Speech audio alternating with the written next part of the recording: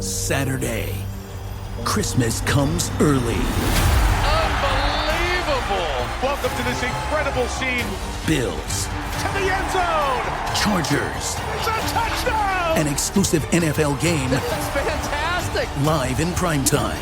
Wow! Only on Peacock. With a Christmas gift to their fans. They're having some fun now. Bills versus Chargers. Saturday, 7:30 Eastern. Exclusively on Peacock. The holidays are a time to feel and create joy. And what could be more joyous than the look on her face as she unwraps a stunning new jewelry piece from Blue Nile? How about getting 50% off your purchase? Blue Nile offers premium quality, priced below traditional retail. Their online experts are available 24/7 to answer any questions and make sure you've picked the perfect gift. For a limited time, you can get 50% off at BlueNile.com. That's 50% off at BlueNile.com.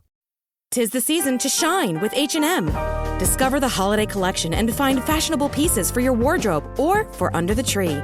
Get inspired and dazzle with this year's glam. From tuxedo styles, bow detailed pieces, impressive prints, and more. From unforgettable looks to unforgettable gifts. With fashion finds to home decor, find it all at H&M. Treat your loved ones and yourself this season. Shop in-store or at hm.com.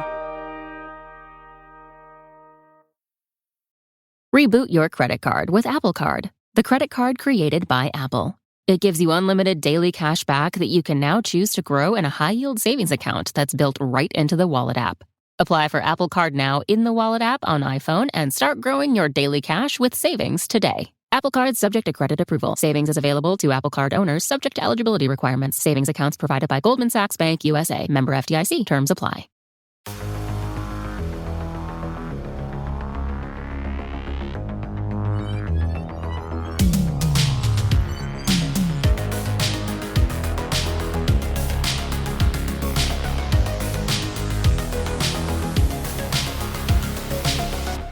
Back to another episode of The Blue Turf. This is Thad Bell from Kansas City Soccer Journal. Eric Bergerud with me. How are you today, sir? Always happy to be with you here at the world-famous Kansas City Soccer Dome. I always try to come up with some other way I'm going to introduce you, but I think the best way is just that you are half of the best announcing team in MASL. Well, so there we Nick go. Vassos is the better half, so I just carry his bags around town. He might argue with you, but maybe he wouldn't too. Who knows? We are, as Eric said, at the world-famous Soccer Dome and watching, well, players do stretching right now, but they've been doing warm-up exercises, doing some little drills. How are they looking today, you think? Well, I think this is a confident team. They started off 2-0 their first two games at home, and then they thought, okay, now the proof's in the pudding. First road game, albeit not against the top team in the MASL, but a team that looks competitive this year. And so it was a good test for them, a test they passed, and they're feeling pretty good 3-0, but they're looking at a serious test this weekend, home and away against one of the better teams in the MASL. Yeah, and I know we've talked about how the new reign with Coach Stokic and what they need to accomplish, but they are 3-0. Last year at this time they were 1-2. There was 2 losses on the road, and the one at home wasn't super impressive, if I remember. But anyway, it's they have a better record at the moment. They have confidence. They're checking off the little milestones that a new coach needs to hit, and it will be another test for them. But Harrisburg, they were down for the first time, I think, this season, only for a little while, but they were down 1-0 at one point, and they didn't panic. They just responded and took control of the game. Yeah, well, our old friend, we talked about him last episode, Dom Francis, on a takeaway or giveaway, depending on how you see it. Good turnaround shot, went low, nothing that Neto could do, but I think the Comets proved that they were the more talented team, and I think that the game plan that Coach Stokic put in place was effective there. It's a difficult arena. We talked about this last week. It's laid on top of a dirt surface, and Harrisburg's a young team. They had some veterans they brought in, but ultimately I think the better team won, and that's a confidence builder for Kansas City, because I don't know how many times on this podcast last season that I talked about, well, we both talked about Kansas City on the road and the struggles they had on the road, and you just mentioned how they started last year in a difficult way. You might recall they started at St. Louis with then player coach Leo Gibson on the bench trying to figure out what do I do, and he winds up having to insert himself in the lineup the next game when St. Louis came to Kansas City. A very different set of circumstances here to start 23-24.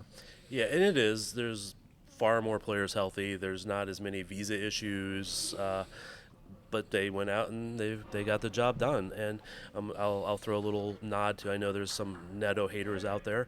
Neto did not clear the ball well enough, and that's what turned around to give up that first goal. But he played a pretty stellar game after that, I would say.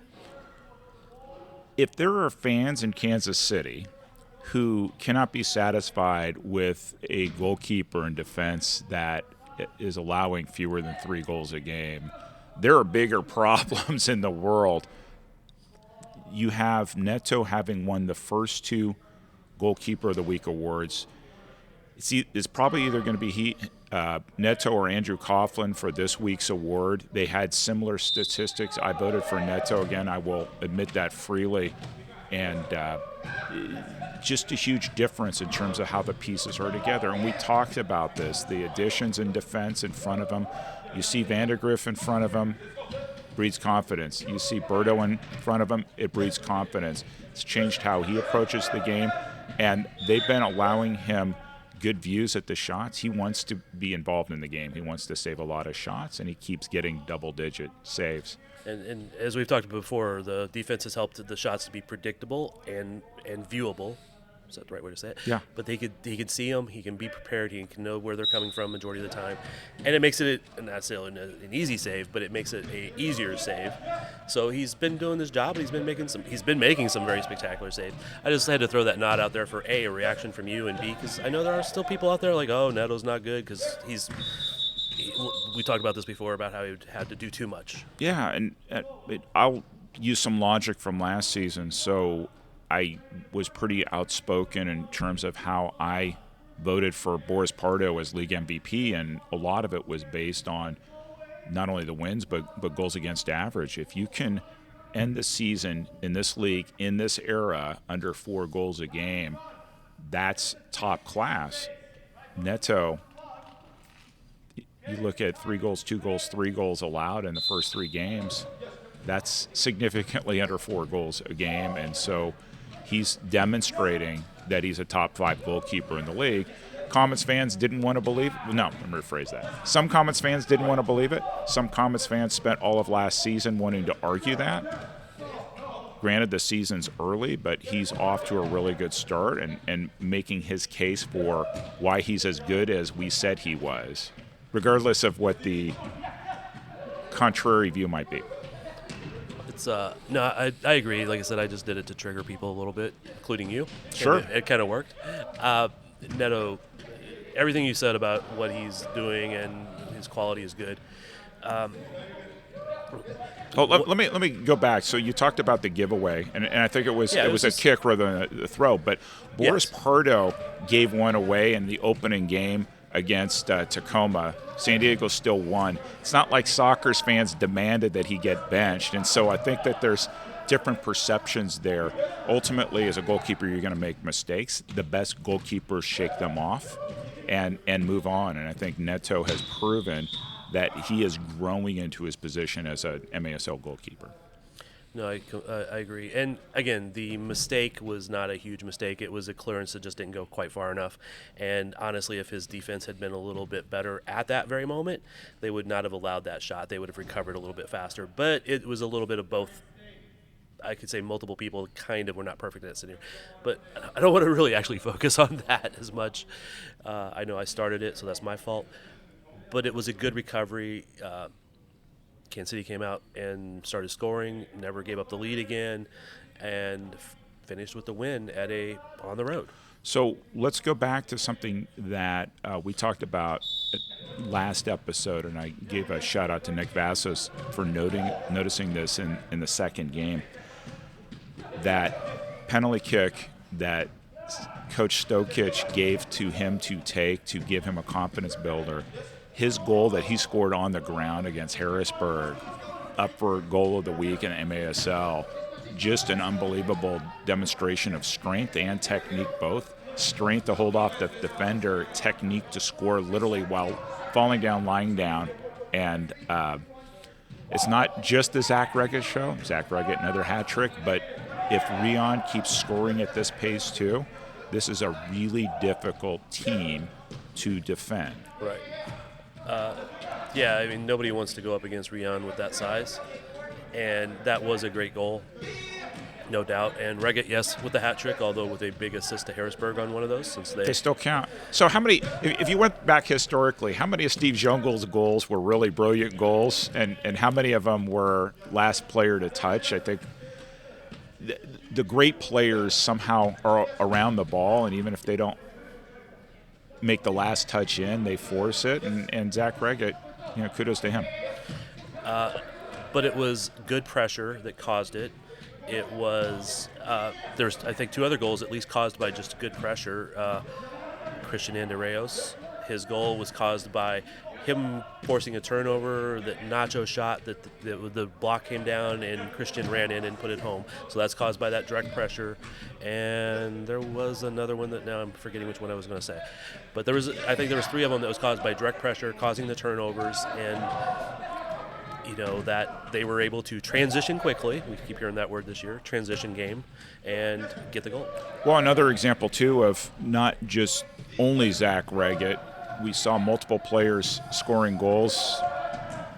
Rion again, Christian again, and Mikey Lenis getting his first goal finally. Good for him. Finally, 3rd game as a professional indoor player. The bar was elevated pretty high for him, and he's demonstrated. He's scored points in every game so far, and is making a strong case for postseason award consideration already 3 games in. Yeah, it's still early, but yeah, 3 assists I think in the first 2 games, and a goal, and then the goal in this one. So. Yeah, he's off to a pretty good start. I will have to maybe try to get him on the pod here shortly. Maybe you should do that. We'll see if that happens today or not. All right, as you pointed out, the scoring, it's not just a Zach show. It's not just a Rion show. The goals are coming from elsewhere. Christian has a couple now. Nacho's been scoring. And Nacho's looked really good. And I know the topic from on the last pod that we talked about was the defensive pairing. It stayed that way. So maybe it was what we were thinking it would probably be split up in a different way, but it's working. Yep, absolutely working. So why change it? Yeah, no, I mean, you can see and feel the chemistry here. Once again, we're at the world-famous Kansas City Soccer Dome. The chemistry in practice, the chemistry transcending on game day or game night, and you also witness it in social media. The posts, these guys genuinely like each other, which I think it's hard to fake. It's authentic, and it bodes well for later in the season. And that was one of Stefan's first things was, principles, and one of them was being family. And the best Comets teams, the best teams in general, you're usually ones who they may not always go hang out and drink beer with each other afterwards, but when they're in the training center, when they're in a game, they are family. They will fight for each other, and this one does seem to be a group that gets along really well at this point. Yeah, so far so good. It's early. We've seen in haven't faced adversity yet. They haven't faced adversity. We'll see what happens this weekend, but there also hasn't been the locker room dust-up situation that has occurred a couple times over the past decade where you can not only feel tension, but you hear about the tension between players. There's no evidence of that. Yeah, that's good. I haven't seen any fights in the locker room because I don't go back there, but haven't seen any on the field this year. So far, so good, huh? And I have seen those in the past. Yep. And most of those players, I would say, are gone. Well, there you go. All right. Anything else stand out from the win over Harrisburg? Just a couple things. They continue to play well defensively, which I think is good, not just for the sake of being good, but they will play against teams that are deeper, and we'll talk about the Outlaws' depth.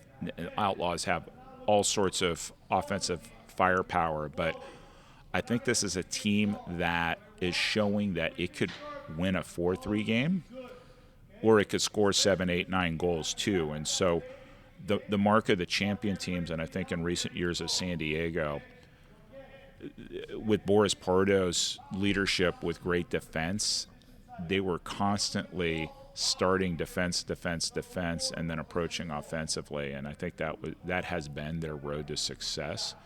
Sure, fans would like the Comets to score 22 goals like Monterey did a couple weeks or a couple games ago, but ultimately to win a championship, you need to have everybody back. You need to be focused on the basics, and I think this team has shown a change in attitude that we didn't see the last couple years, where yeah, hey, let's go play 9-8, let's play 8-7 and see what happens.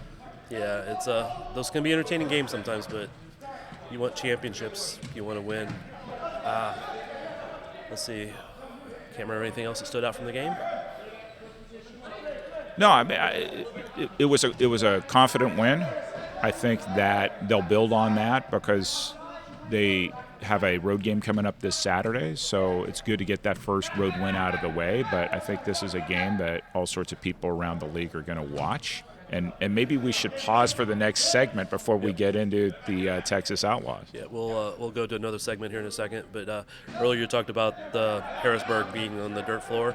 My wife, who doesn't watch the away games as much as I do, walked down and was looked at the game, and she's like, "What is that place? A horse barn?" And I'm like, "It is called the Equine Arena." Yeah, and guess where they're playing? They're playing in a rodeo arena coming up this weekend. So in some way, the schedulers did them a favor getting those two games back to back. So is it a dirt floor there also then? Yep. Okay. Well, that should be interesting. All right. Close out segment 1. We might revisit something from that game because we'll remember it later, but we'll be right back with segment 2. Hopefully you hear an ad because that means I might make 5 cents off of this pod.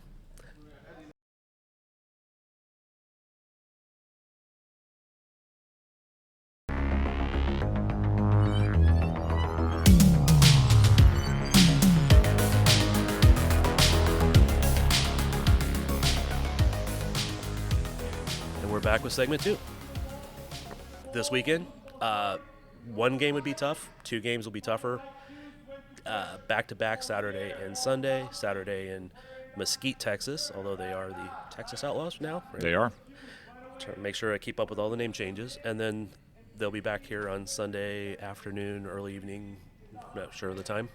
Yeah, 5 o'clock on Sunday. So I have the privilege of going down to Texas to watch that game in person, and I'm planning for Comets fans to bring my laptop and jump into the Twitch chat live from the arena. So hope to see a bunch of you online. At least that's my goal right now.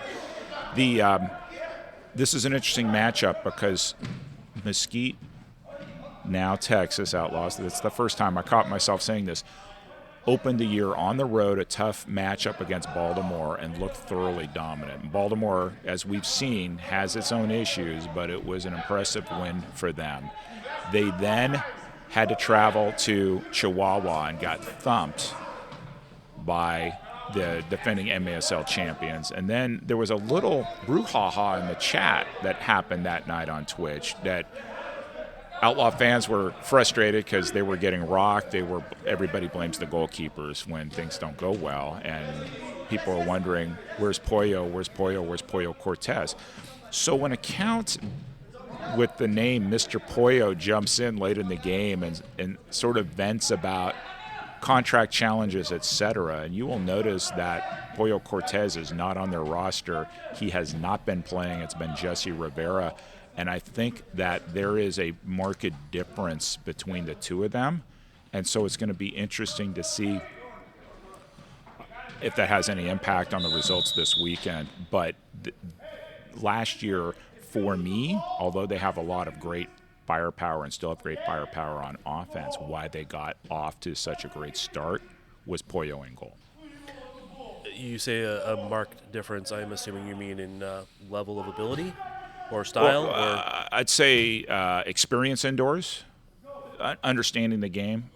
Pollo, for me, is an elite goalkeeper in this league. He showed it when St. Louis picked him up a couple seasons ago when Paulo was hurt, and he carried the ambush and came back to Mesquite, and they were still Mesquite at the time, and they were the surprise team of the West last season, and I think that he earned a lot of credit for that. They've uploaded on defense, brought in Uzi Tayu from Empire, brought in Mike Jones, who had been in Florida, had played for the Sidekicks before that, brought him in, and so they're loaded all over the ball. I think they're more consistent on offense than they are defensively, and great options on multiple lines offensively, but there were definite gaps in that Chihuahua game, and so they come back home to the Dallas-Fort Worth Metroplex, and they have the Texas Derby against Dallas, and they lost to the Sidekicks in overtime at the Allen Event Center, and so I don't think a lot of people saw that one coming. Kudos to Dallas for, after getting thumped, throttled, destroyed, manhandled, picked whatever word you like, a 22-5 loss at Monterey to open the year is not a confidence booster, but to come back home, play against your rival, and win in overtime 8-7, kudos to Dallas, but that raised a lot of questions about Texas. Sometimes those games you get destroyed actually are motivation for the next game. Sometimes it just takes away your confidence, but sometimes it just pisses you off, and so language warning. Well, and Dallas has guys who could score. I know they have a lot of young players, but when you have Blas Perez out there, you have Jamie Lovegrove out there. They have quality players on that team, and so you can't look past them. But we're focused on Texas. This is a critical bounce-back opportunity for the Outlaws. They've been on the road for the first 3 games. Their record isn't where they want to be, so think 1-1-1 in the newer MASL scoring system. 3 points for that win in Baltimore, 0 points for the loss in Chihuahua, and then 1 point for the overtime loss in Dallas. So 4 points out of 3 games for many teams, that would be respectable. In terms of a road start, I think the Outlaws had higher aspirations. So for their home opener, they're probably looking at this as a must-win situation. Yeah, I'm sure they are. The interesting thing this weekend is it's going to be the first time. Again, it's another chance for coach to check off another accomplishment potentially. It will be the home game Saturday in Mesquite, Sunday in Kansas City. You got the travel. You have the complications of, I would say complications, but perhaps the opportunity to see players that don't play in both games, so maybe they fresh. Kansas City has, I'm not sure how many players out there right now, but we've seen that they have some depth, and you got some guys coming off injury. This last game, Leo Gibson didn't travel, so I don't know if that was a minor knock or just a coach's choice of saving some veteran legs. And what do you think we'll see this weekend? You think he'll split up those rosters and give different looks? Yeah, I would not be shocked if you figure you dress 16 for a game. I would definitely expect 17 or 18 players this weekend to get called to a lineup. I would expect there would be the core nucleus of players, but 1 or 2 changes from Saturday into Sunday, assuming that nobody gets hurt on Saturday, and then you have to make more changes. What I don't know, what I can't tell you is there have been in recent years some interesting home and away or home and home phenomenon where the 2 teams wind up on the same flight back to Kansas City. I know this happened with Milwaukee not too long ago, where they both wind up flying back, and you look at each other, it's like, oh, we have to see these guys again. And so it'll be interesting to see how the tone is set Saturday and whether there's some bad blood Sunday, just based on things that weren't resolved Saturday night. Are you suggesting they should perhaps make sure there's an air marshal on that flight? Well, whatever happens. Just suffice it to say that they do get a slightly later start. The last home game was at 4 p.m. This will be at 5 p.m., so at least 1 more hour of recovery time. But you play Saturday. The team hotel is right by the arena, so the good news is you're not having to ride 30 minutes, 45 minutes back to your hotel. Basically, post-game meal, go to sleep, early morning alarm, off to the airport, off to Kansas City, and then do it all over again. I do suppose the team returning home would have a little advantage if they're both on the same flight because you get to see who the other team's bringing with them. Well, you could definitely see that. I think that there's also an advantage too that you get that road game out of the way, and you're regardless of the result, you're coming back to friendly confines where it's going to be loud. You're going to have your fans there, and again something to prove. I'd say there's definitely more pressure on the Outlaws and the Comets on Saturday night just because of where and how Texas has started the season. That's not giving the Comets a pass at all. I think that if the Comets want to prove they're among the elite, these are the games you need to win. The games against the upper echelon teams in the MASL, you need to be able to show, which they've struggled in Mesquite. Mesquite's not an old franchise, first Mesquite and then Texas, but they've had difficulty playing there. I'm going back a few years before COVID when the Outlaws first started. And so proving that you can win a place that you haven't done well before, proving you can win against a team with talent like Sebastian Mendez and Luis Morales and David Ortiz, whom Zach Reget knows really well from their futsal experience playing for Team USA. You have to be able to shut those guys down. You have to be able to win and earn points on the road. It is the next big test for the Comets and Coach Stokic. But we talked earlier about the way or maybe it was last week's episode, that the way the schedule lays out, a fairly favorable start in terms of home games in December. And so you think about how do we start building position, because you pivot to January, few games home, and then all of a sudden you're on the road for 6, including 3 in a row in Mexico. And so you cannot lose points now because they're going to be a lot harder to recapture later in the season. I think that's the mindset going into this weekend. There's a fair chance that the East will kind of beat up each other, so you won't have the West, though. Well, let's talk about the East just for a minute, because so there's 6 teams in the East. 4 will qualify for the playoffs. We've seen Milwaukee, we've seen St. Louis, we've seen Harrisburg. St. Louis has been struggling this year. They gave Empire a good game, but lost that one this past weekend. Harrisburg gave Utica a good game, lost at home against Kansas City. And so both those teams are going to struggle to get one of those spots. 7 teams. I did my math wrong. 7 teams in the East, 6 in the West. We've seen Milwaukee. They barely won in overtime at St. Louis, got throttled here by Kansas City, lost at home in overtime to Monterey. We've seen Baltimore struggle all season. And so you have Utica looking good, Kansas City looking good, Monterey looking good at the top. And then the question is, okay, who's going to be the 4th team if things don't shake up? But right now it's looking like Baltimore or Milwaukee.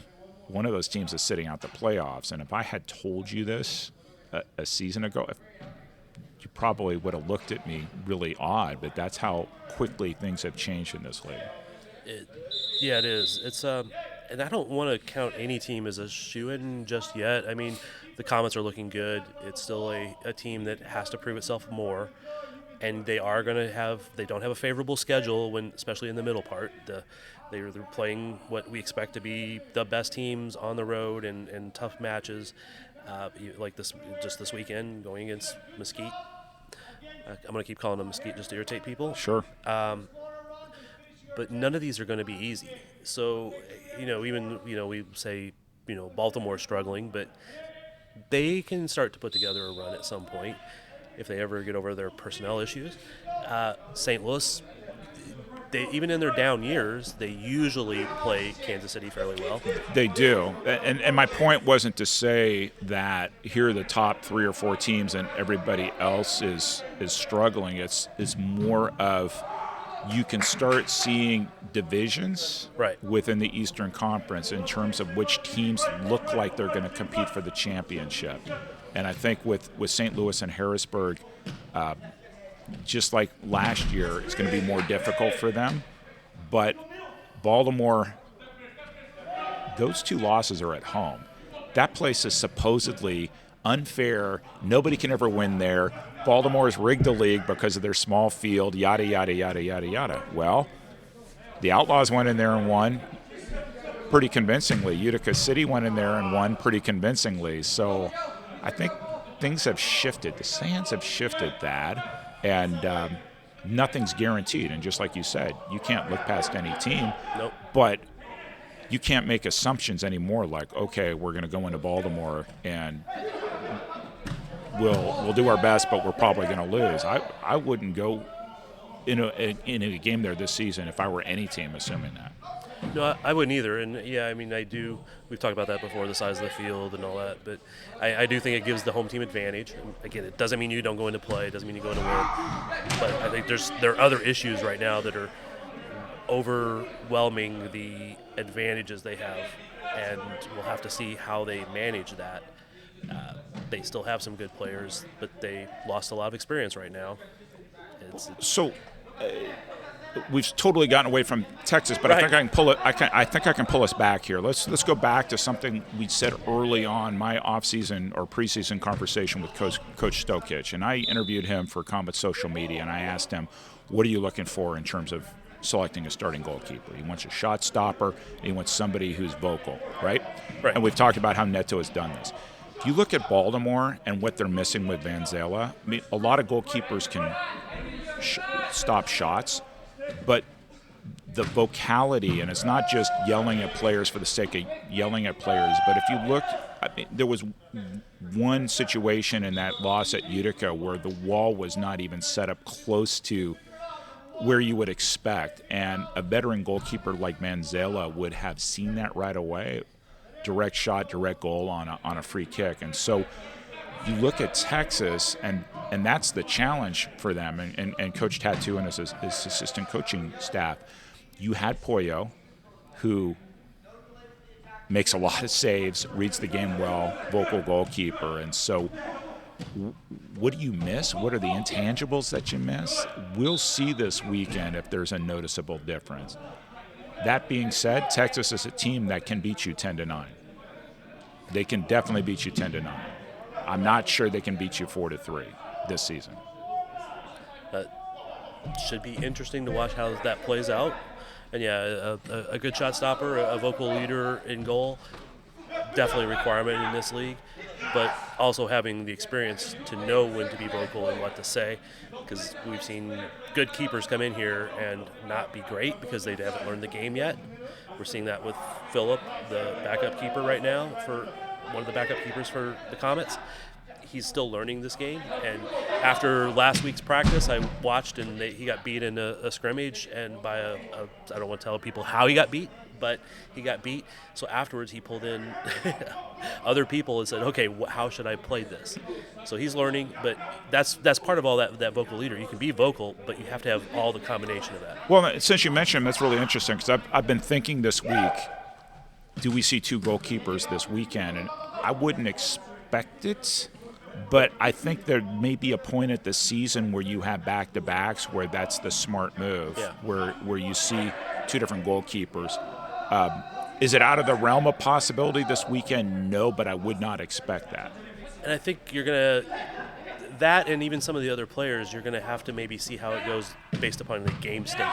So if the Comets are up 6 goals, maybe he gets thrown in for a while to see how he does. If the Comets are down 6 goals with 5 minutes left, maybe they do the opposite. But you've seen San Diego's already done this year, pulling Pardo in the fourth quarter when they're up in a comfortable lead. So that's also not out of the realm of possibility. I don't expect a comfortable lead in Texas, but stranger things have happened. Can always hope, right? Yep. All right. Anything that we should have discussed about Texas, Mesquite? Well, other than this is a terrific team. One of the things we talked about last season is the mass exodus of players from the Dallas Sidekicks to the Outlaws, formerly Mesquite, now Texas. And so, in particular for me, you look at David Ortiz, you look at Luis Morales, and these are 2 of the younger stars in the league. You include Sebastian Mendez, and there is quality on this team.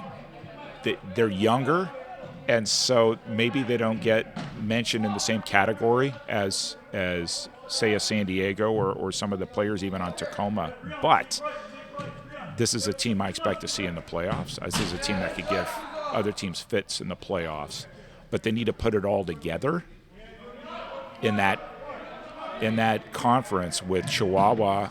And Chihuahua looks better than they did last year. They've lost players, they've reloaded, and Chihuahua looks great. San Diego looks great. It's going to be tough for Texas, but this is the weekend where they need to decide: are we going to hang with Chihuahua and San Diego or not?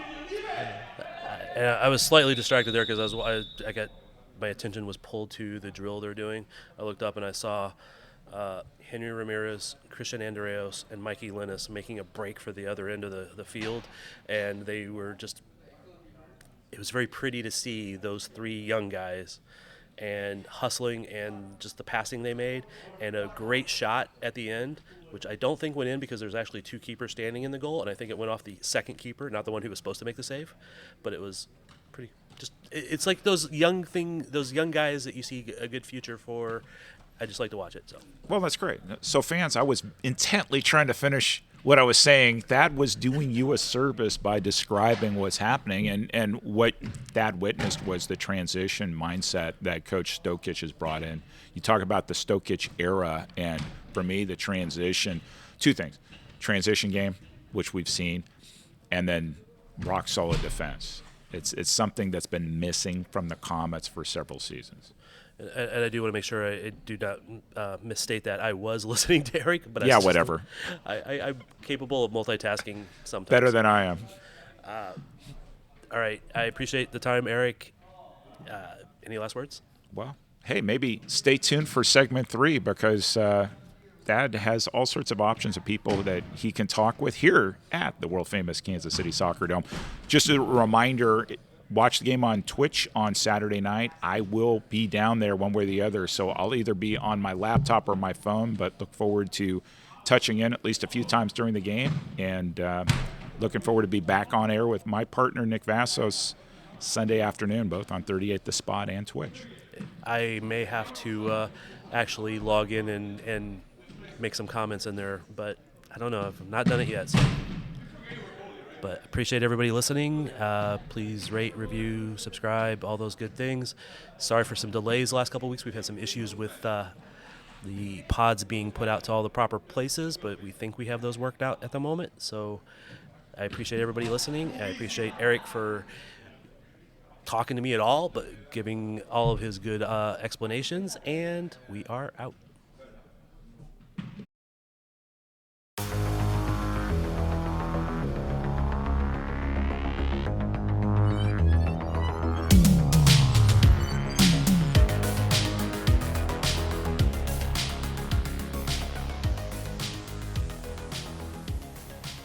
Another segment from the Blue Turf podcast. I have Coach Stokic with me. How happy are you with this 3-0 start? Really happy. I mean, it's, it feels great. We still have a lot of work to do, don't get me wrong. But I think, when I got this job was how would I start the season, right? It's very important how we're going to start. What would be the will we be 3-0? Will we be 1-2? And how to adjust? And a lot of things go through your mind. But to be honest with you, being 3-0 feels great. Now the question and challenge is, can we continue and get better by each game? And that is, you've checked off the first milestone was, getting a win. Checked off the second milestone of, getting back-to-back wins. Checked off another milestone, getting a win on the road. This one's going to be a little more difficult. I mean, each one seems to be a little more difficult. Back-to-back games against the Outlaws. I keep wanting to say Mesquite. I'm trying to be good. But back-to-back games, going on the road, then coming back home. How do you approach these two games? I mean, we approach them like we any other game. We analyze the opponent. We have a game plan of how to beat them, or what's the best way of beating them, and what their weaknesses and strengths are. So we approach it like any other game, and we'll see how the first game goes. Depending on the second game, how the approach will be. If it will be differently or same, we might add some new players to the roster and give them some playing. So there's a lot of ideas. I think we're gonna basically make those plans during the week and how they look in the session, and then how we look after the first game. But I think for me it's the same approach like in any other game. And that was kind of where I was going to go, is that with back-to-back games, and you have a pretty good, strong, healthy roster, perhaps as healthy as the team's seen in a few years, honestly. Do you plan that rotation already in advance, or are you going to wait to see what happens there? Well, I'll plan it in advance. I mean, I have a good idea of how I want to do it, but at the same time, I think that Ali that said you always have a game plan until you get punched in the face, right? So Yep. I'm kind of this. I have a game plan, and then we'll see what happens after the first game. You do have a lot of flexibility there, though. I mean, you have, again, a really good core of veterans. You have a good core of young guys who, maybe they can play more minutes than the old guys at this point. I don't know. Those old guys are in damn good shape. They are. So, I didn't know how, do you rotate more defenders, more forwards? Is that kind of in that mind? Yeah, I mean, it's we have when you look at our back line, we're pretty, when it looks at we're an age, right? We're a little bit older in the back line, but for me personally, I mean, if they can, because you have to look at it this way too, is for us to be able to win a championship, we have to play and win back-to-back games. We have to be ready to play a game on a Saturday and a Sunday or whatever it is, right? So I know it's early in the season, so we want to keep everybody as fresh as we can to avoid those injuries.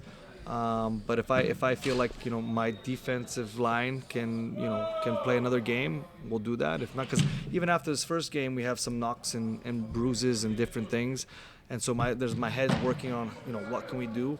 But like coming in today, they all look like they're fine and ready to go and they want to play. So for me is we'll just see how the first game goes and then we'll make adjustments from there.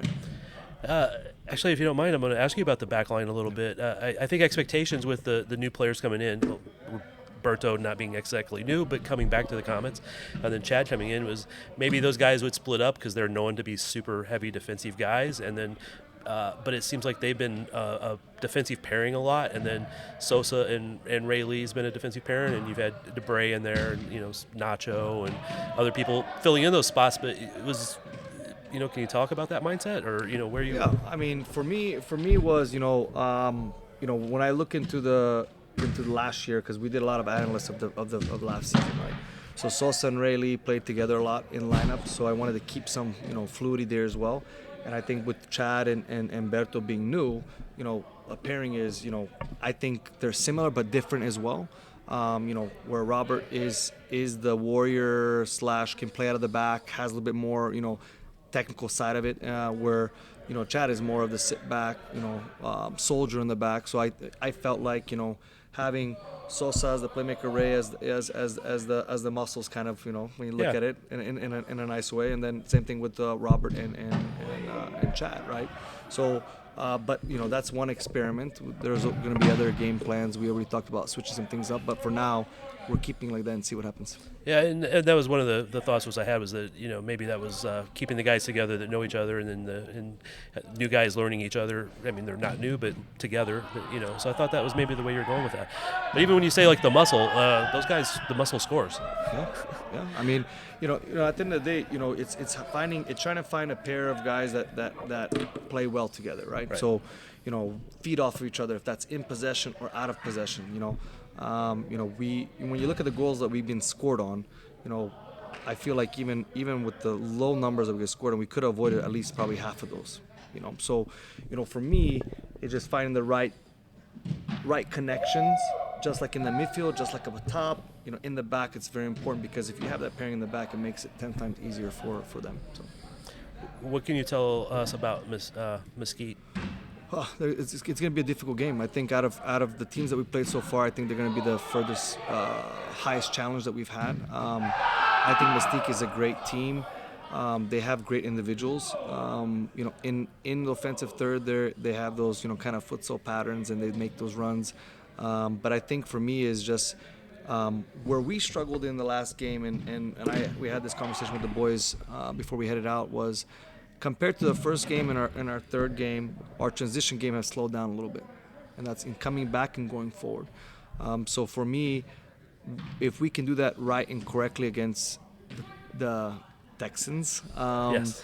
I think we will be able to have a little bit more success when it comes down to the offensive side of it. I think their backline might not be as quick, but I think they're a very talented team. They have 3, 4, 5 players that can really do some damage. So for me, it's going to come down to the collective defense, but as well individual defense as well.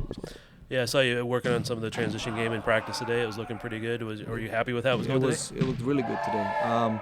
We kind of, I would say this, but since the St. Louis game, we kind of not went back on the transition game because I felt like, okay, we're in a good spot. But I felt like today I had to kind of open up again to get, hey, we got to get back to what we do good, right? What we do great. Yeah. So I may have heard you chew a couple people out. Maybe. But for me is just that it was a good set. It just felt like, okay, this is how we look like in preseason. That's how we look like, getting ready for the season. So I was happy to what I saw. So. Cool. I appreciate the time, Coach. I don't want to take up too much of it because I know you got a lot of planning and coaching to do. No problem. Thank you. Thank you, sir.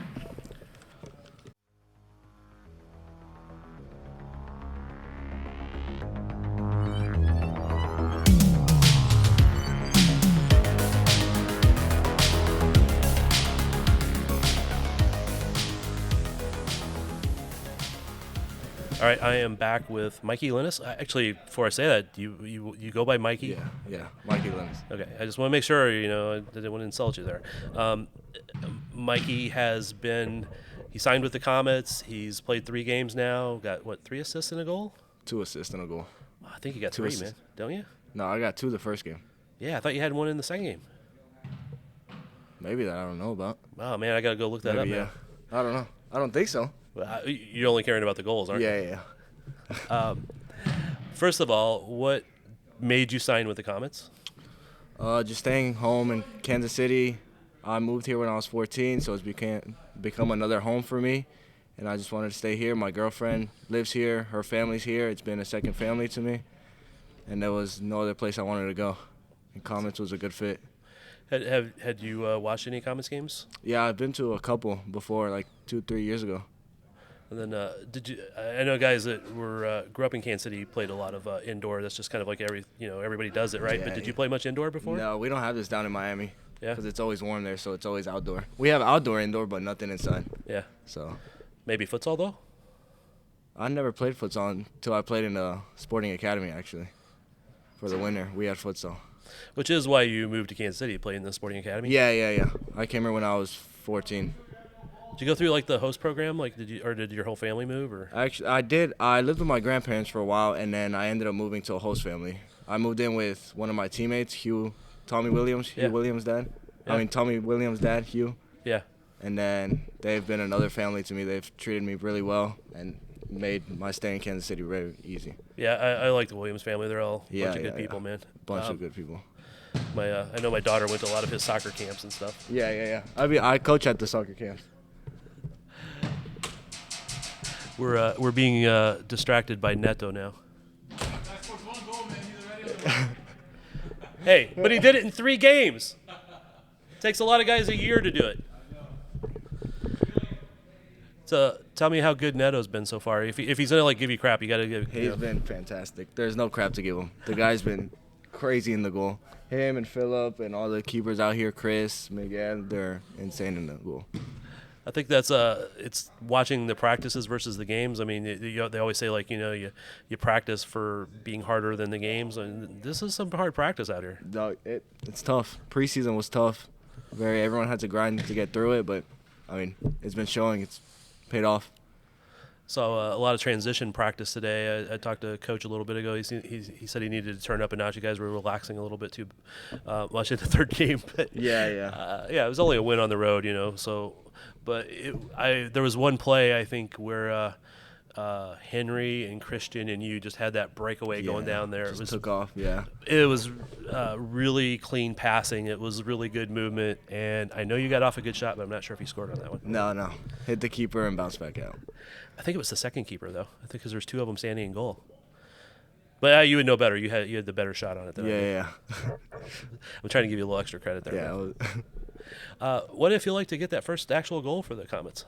Felt good. I felt like it was supposed to come the first 2 games, but it just was not going in. Even in trainings, I've been struggling a little to put it past the net. So once I felt that first goal going, it made me feel very relieved and happy and excited for the group, to get it for the group.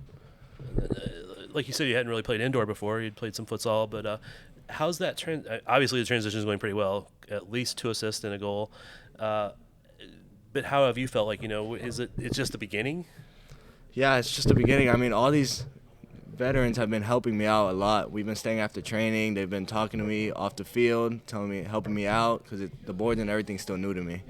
But they've been telling me where to hit on the board and stuff like that, so they've been helping me out a lot. Coach has been helping me out and all of them, so it's been good. That is I think it's such a good group of veterans, because I know one practice I watched, Leo was trying to show you exactly how to hit the board, hit the ball off a certain spot in the board so it would come back to the center, and these things. And then I saw another one where Berto was like, okay, here, you try to take me on. And I think it was you and a couple other attacking kind of guys trying to do that, and then working with Leo to make the runoff. And I mean, how good is it to have veterans that care about teaching you guys this type of game? No, it's good. I mean, they're all very good guys off the field, on the field.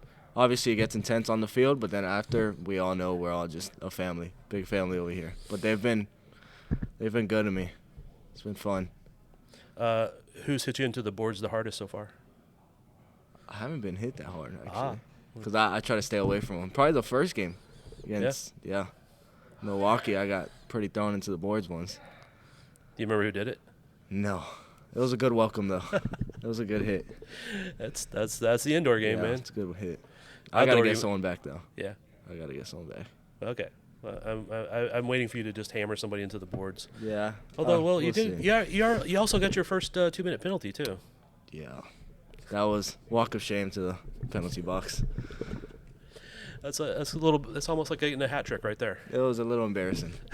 Our first shift in, 2 minutes already. It was good start. Good start to the season. Hey, again, you got a couple assists in that first game and a 2 minutes, so that was good. Yeah. It's all milestones, right? Yeah. All right, so I know I always ask players what they would want fans to know, but I don't want to put you too much on the spot. But what's your favorite activities to do when you're not out on a soccer field at practice? Honestly, I play a lot of video games. Yeah? Video games, and when my girlfriend's not at work, we just hang out, watch a lot of movies with our dog, just chilling. What kind of dog? We have a pit terrier. Yeah? Yeah. What's its name? Rocco. We got him from KC Pet Project. Ah. Yeah, we got him a year ago. So that's a good dog adoption story. Yeah. It's very good. Dog's been great. Rocco, huh? Yeah. Did it come with that name, or did you name it? Well, it came with Mr. Worldwide, since it's a pit bull. Yeah. But we were like, no chance. No chance it's keeping that name. So was Rocco just like a good, tough name? He's not a tough guy, so No. we just gave him Rocco. Okay. Yeah. Fair enough. Pre-game meal, man. If you get a chance and you get to choose, what's it going to be? Honestly, I would say pasta. Yeah. But right before the game, just a couple nerd clusters. Yeah. Candy to get me going. And that's it. Just, nerd clusters and Gatorade to get me going. But nothing. I don't really like to eat before the game much. Not heavy. Yeah. When I played a lot of it, I didn't like to eat very much before at least a couple hours. Even for breakfast. Yeah. It's not. Oh, yeah. I drank tea before the game. I needed the caffeine. I didn't need the water. I'd be hydrated, but I drank tea for a little caffeine. I'm not a big tea guy. Some people do coffee, but that's not me. Yeah. Coffee, I mean, I can do here and then, but not before a game, I don't think. Do you have hype music you listen to? No, honestly, I think what the boys play in the locker is pretty good. Yeah. Gets me going, yeah. So you're just kind of pretty chill, man, like anything. Huh? Yeah, no. I mean, I'm pretty laid back, don't like to go crazy. The guys do it for me. That's cool. We just like being the good rookie young guy. Sit back and laugh at these guys. Who's the funniest one on the team? It's a group of them. Yeah. When Nacho and Sosa get together, they're funny. Is it in English or Spanish? Both, and even other languages. Yeah. That they don't even know, but they're. What would you want the fans to? What would you want to say to the fans? Because I mean, I think they've welcomed you in pretty well so far. Thank you guys for all the support. It's been amazing to see you guys out there. You guys have treated me well after the games, coming up to me, talking to me, and I would like to get more. Know you guys more.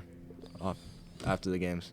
So I think you got to put a picture of Rocco on your Instagram if you Yeah, don't. If I'll you do don't it. already. I think I already have a couple of them, but Okay. I'll put a picture up for the fans to see them. The Right. soft pit bull. Cool. Yeah. I appreciate the time, man. Thank you. Keep it relatively short and easy for you. Thank you.